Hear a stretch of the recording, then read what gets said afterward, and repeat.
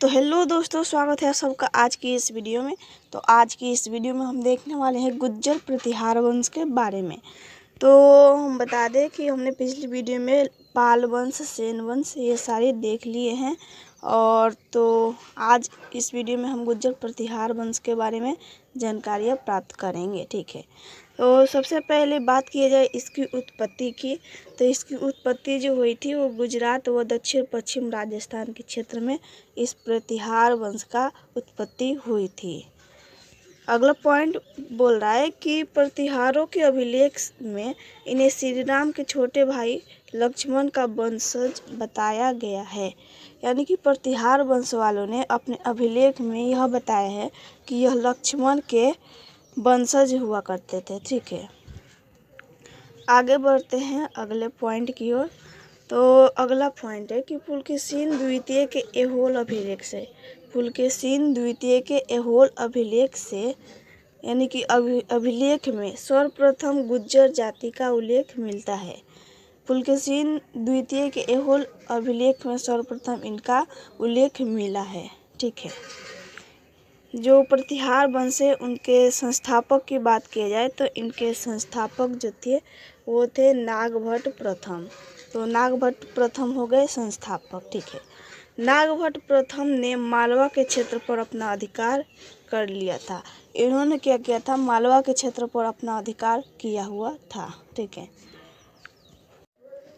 Next point है हमारा कि इस वंश का दूसरा सबसे प्रभावशाली जो शासक था वो वत्सराज था। ठीक है, और इसी के समय कनौज के लिए त्रिस्तरीय संघर्ष या फिर त्रिपक्षीय संघर्ष भी बोला जाता है, उसमें इसने भाग लिया और कनौज को अपने क्षेत्र में मिला लिया था।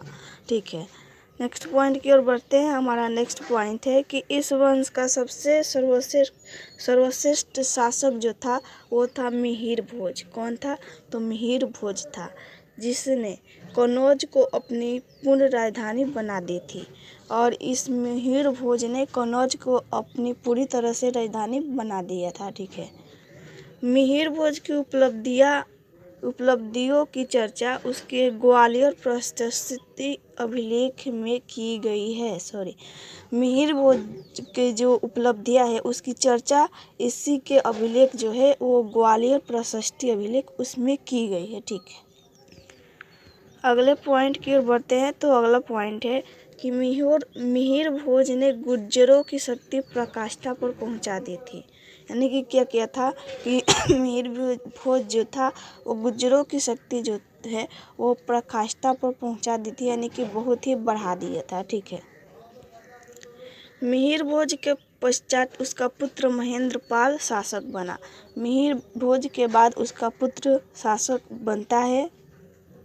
इसने राजपूत शासक इंद्र तृतीय, एक राजपूत शासक थे इंद्र तृतीय, उनको इसने पराजित किया था। कौन, महेंद्रपाल ने।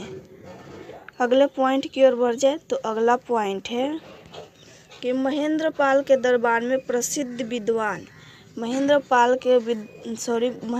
के दरबार में एक प्रसिद्ध विद्वान रहते थे जिनका नाम था राजशेखर। कौन, तो राजशेखर, जिन्होंने कर्पूरी मंजरी, काव्य मीमांसा और बाल रामायण की ग्रंथों की रचना की है। ठीक है, ये सारी ग्रंथों की रचना किसने की है, तो राजशेखर। ठीक है, अगला पॉइंट बोला जा रहा है कि स्कंद पुराण में इस वंश को गुज्जर कहा गया है। ठीक है, स्कंद पुराण में इस वंश को गुज्जर के नाम से पुकारा गया है। ठीक है, अगले पॉइंट की ओर चलते हैं। तो अगला पॉइंट है कि इस वंश का अंतिम शासक जो था वो था यशपाल। गुज्जर प्रतिहार वंश का अंतिम शासक कौन था, तो यशपाल था।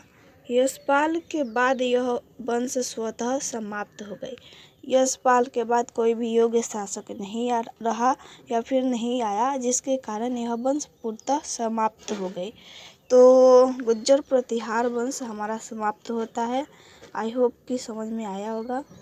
यदि आप हमारे चैनल पर नए तो चैनल को सब्सक्राइब जरूर कर लें। चलिए मिलते हैं नेक्स्ट वीडियो में। जय हिंद।